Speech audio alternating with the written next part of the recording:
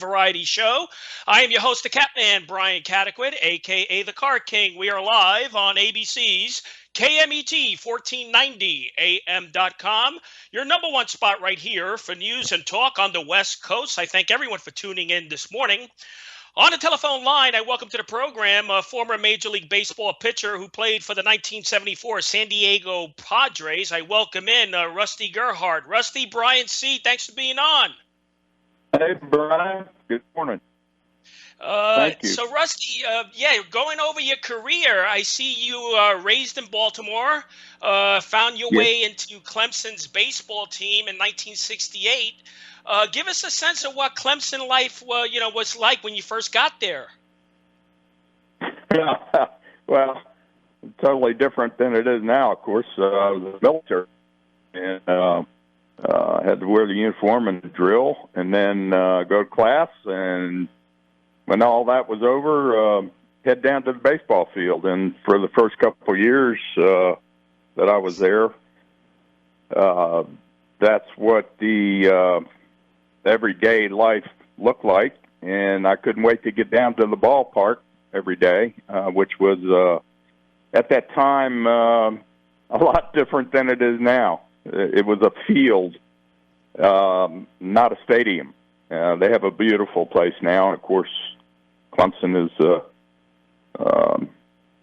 found its way into the elite, football program, and baseball program's back this year, finally, after 10 years of not surfacing in a super regional. And it's made some good friends, lifelong friends, and Clemson was, just a little agricultural and military school back when I went there.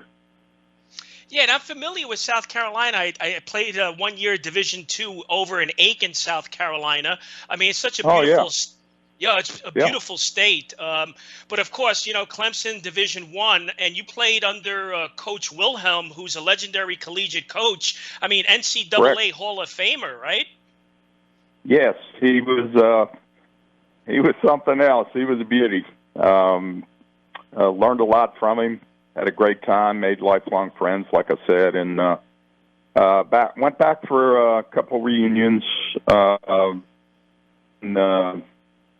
I guess they didn't have a reunion for over 100 years. And Coach Leggett, Jack Leggett, the next baseball coach at Clemson, talked Wilhelm into having a reunion. He said, up.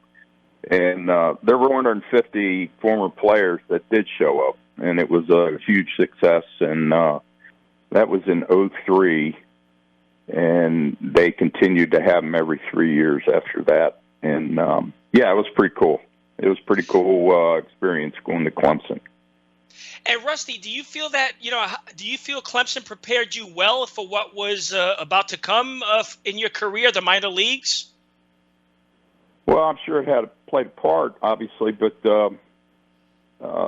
my growth, I think, in baseball was every summer I went off and played after my freshman year. I mean, I was fortunate. I got to pitch 4 years at Clemson. John Curtis, who was wound up in the big league, long big league career, was supposed to be on our staff, and he signed in the January draft. So I then got a chance to start right away at Clemson.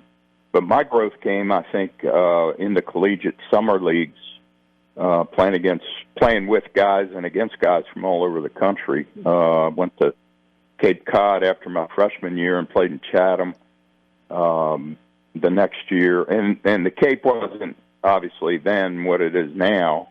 The place to go back then was in the Basin League in South Dakota. And I played there after my sophomore year.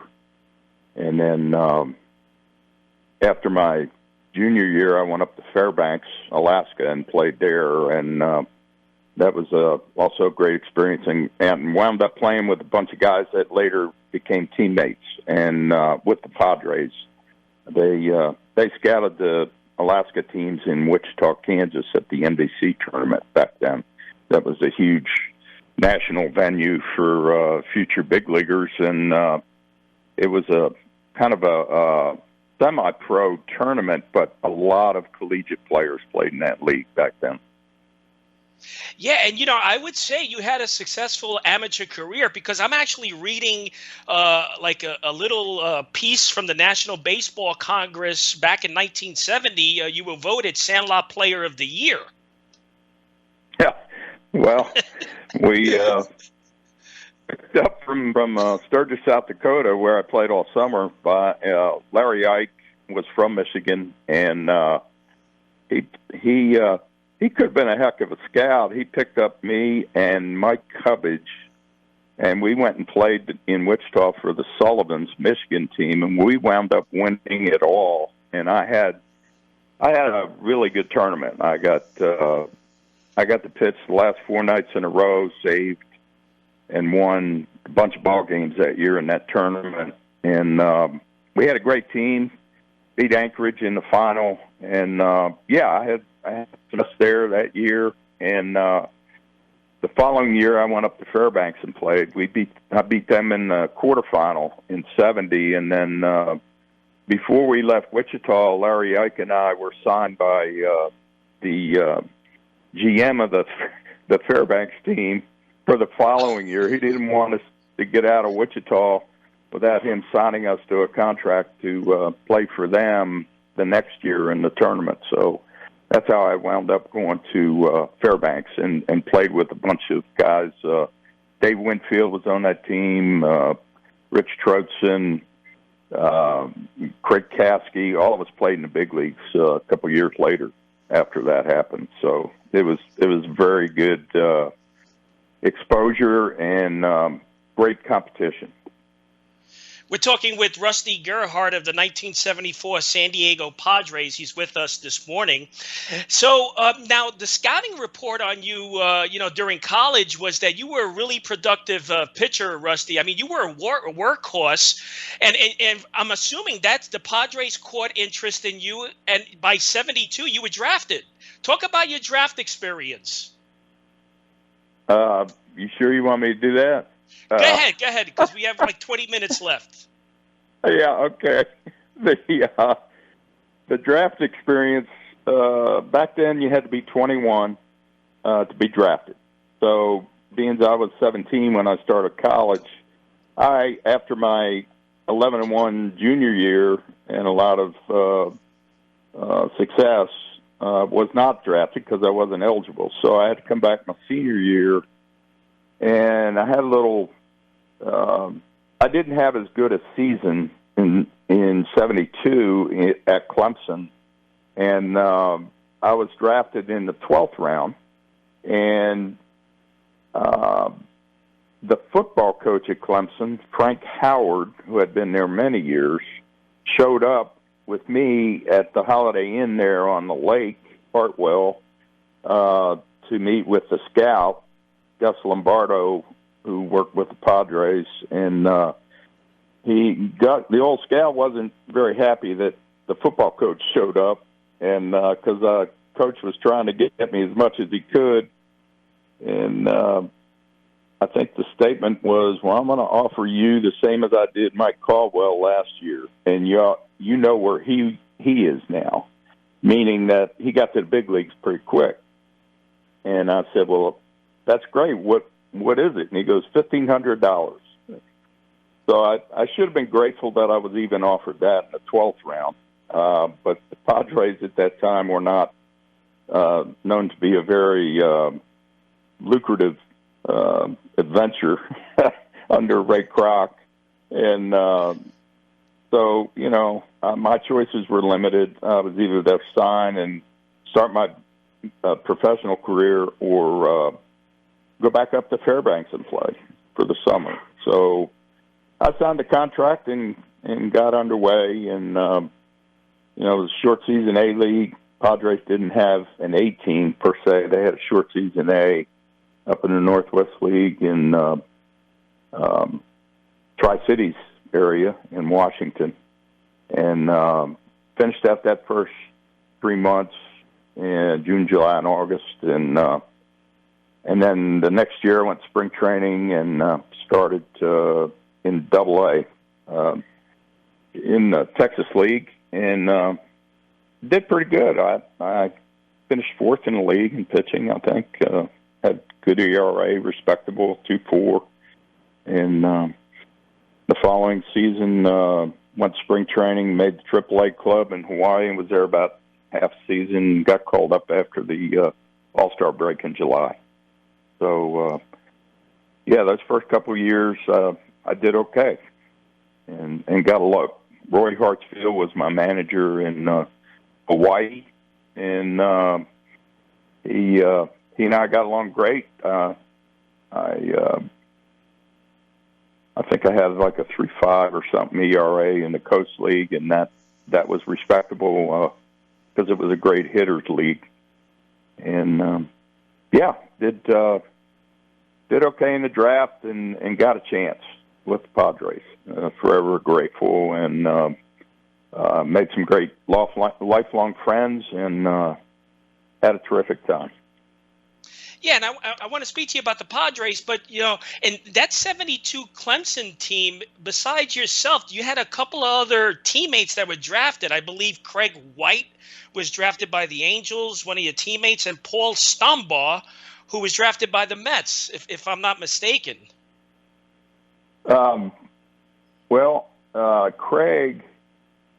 Craig got drafted in 73. He came back. He missed 72 season and came back in 73 and finished up. He was drafted then, and he was a great hitter.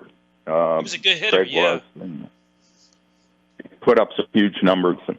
And I'm sorry, who was the other guy you mentioned? Well, the other guy was drafted by the Mets, Paul Stambaugh. Stombaugh, Stambaugh. I do not know that name. I'm sorry. Yeah. Like this guy that I remember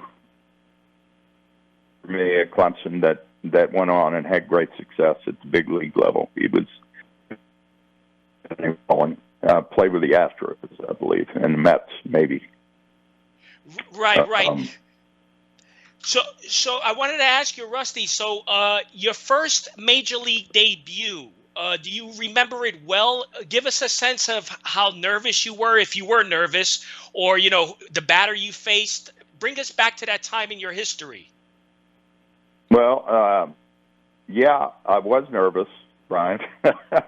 And I met the team, flew from Salt Lake to Atlanta, met the team in Atlanta, and didn't pitch that night. And the next day we went to Cincinnati. My debut was in Cincinnati, and of course at that time, Big Red Machine, right? And Dave Concepcion, Tony Perez, Pete Rose, those fellas, Ken Griffey Sr., obviously.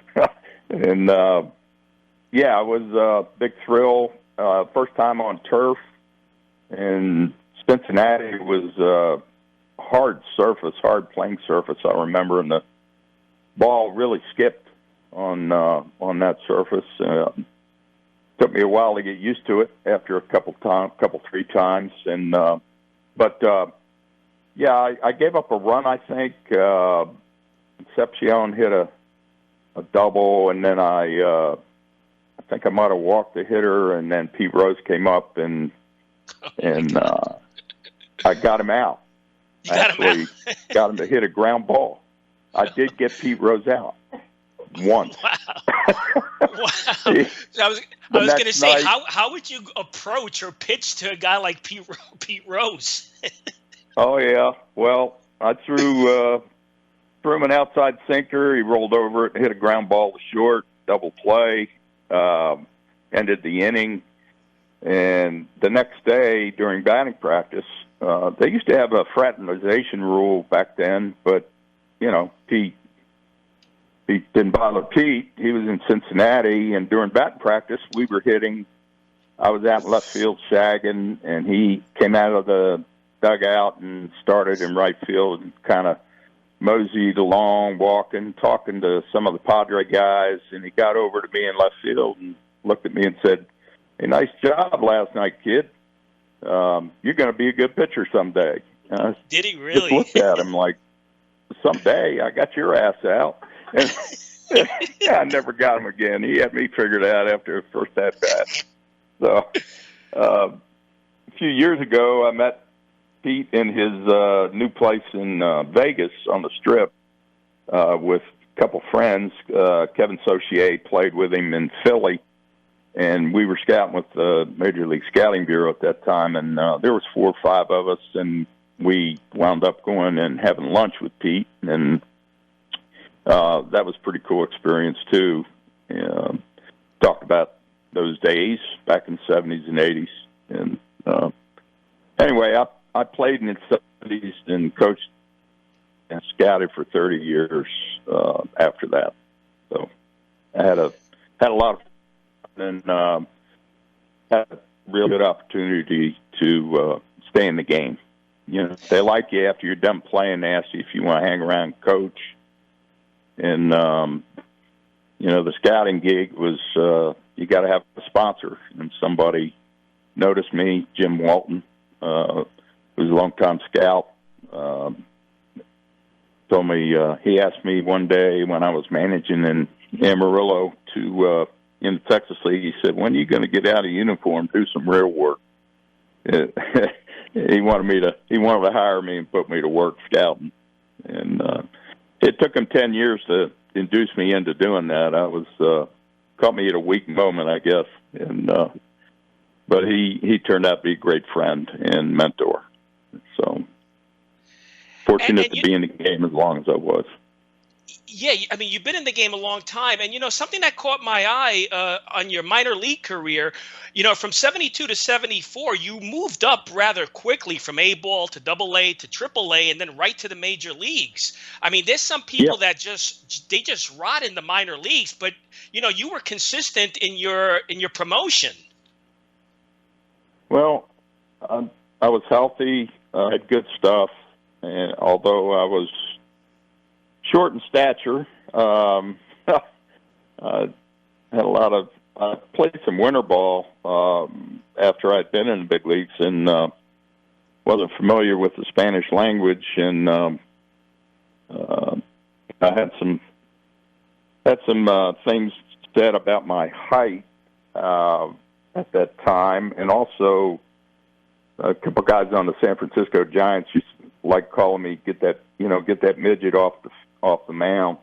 But I was a pretty tough competitor, and I had good stuff. So you know that I got there pretty quick. Had an opportunity and made the best of it. I just wish I had stayed healthy and had another shot at it.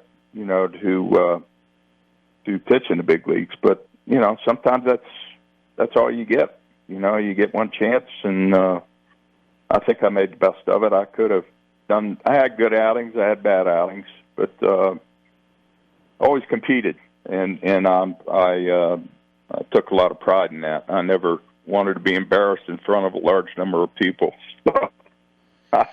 I competed all. Yeah, I mean, Rusty, I mean, you made it to the major leagues, and I mean, your first year, I mean, you're sharing the dugout with Willie McCovey.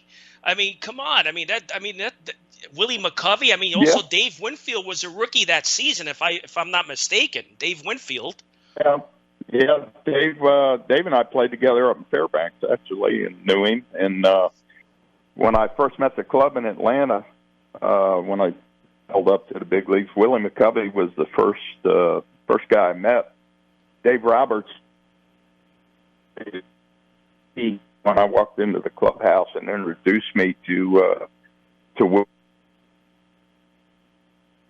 You know, Willie was a big dude, and he looked down at me and shook my hand with those massive paws he had, and said, "Shoot, kid, stand up."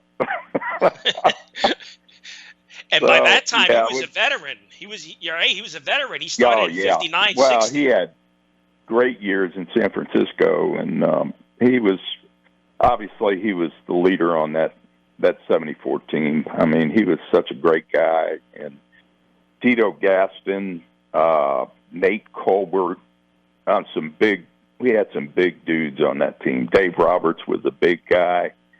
Winfield, obviously, Cito Gaston. Like I said, there were some big fellas on that team, and I might have been 5'8" or 5'9", whatever I was back then, but I felt pretty comfortable behind those guys. If I'm not mistaken, Matty Alou was on the team as well. Horace Clark. Horace Clark, yeah, played second. Willie was at first. Of course, that was late in their careers, and they weren't moving as quick as they used to. I'll tell you, their range was not as good as previously scouted on, and the ball had to be hit right at them back then.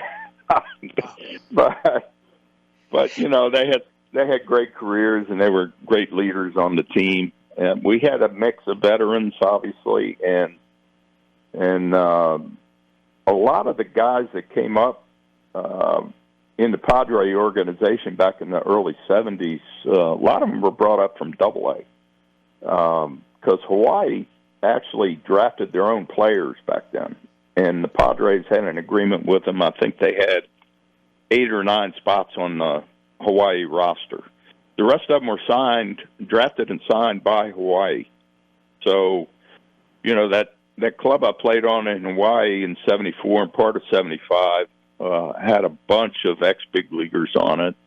Wade Blassingame, Ray Euler, Sonny Jackson, Bobby Fenwick, Chris Cannizzaro, Joe Pepitone. I mean, the list goes on and on. That's where a lot of guys kind of finished their careers.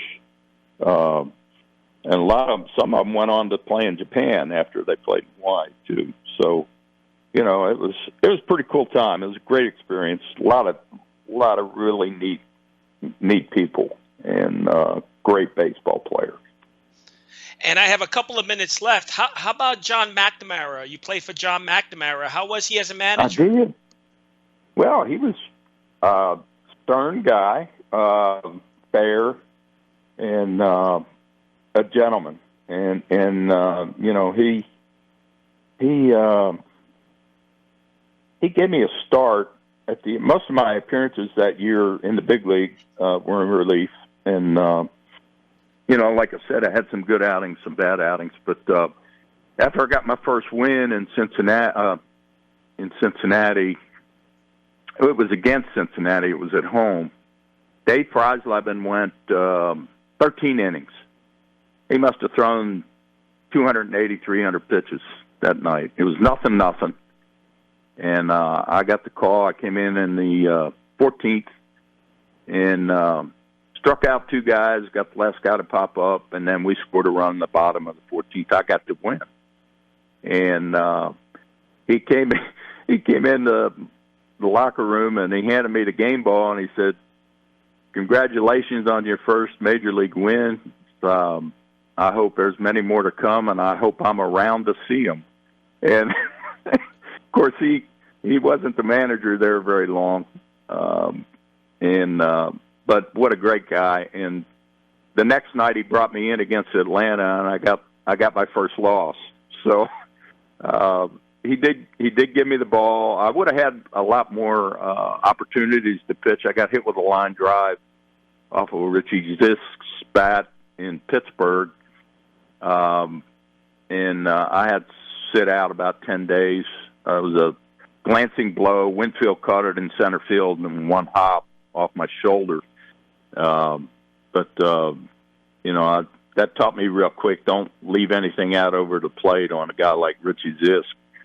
But, you know, I faced those the best hitters in the world during those years, and had some success, and like I say, had some good outings, had some bad outings, but it was a great experience. I got to pitch that weekend in Pittsburgh. My family drove up from Baltimore.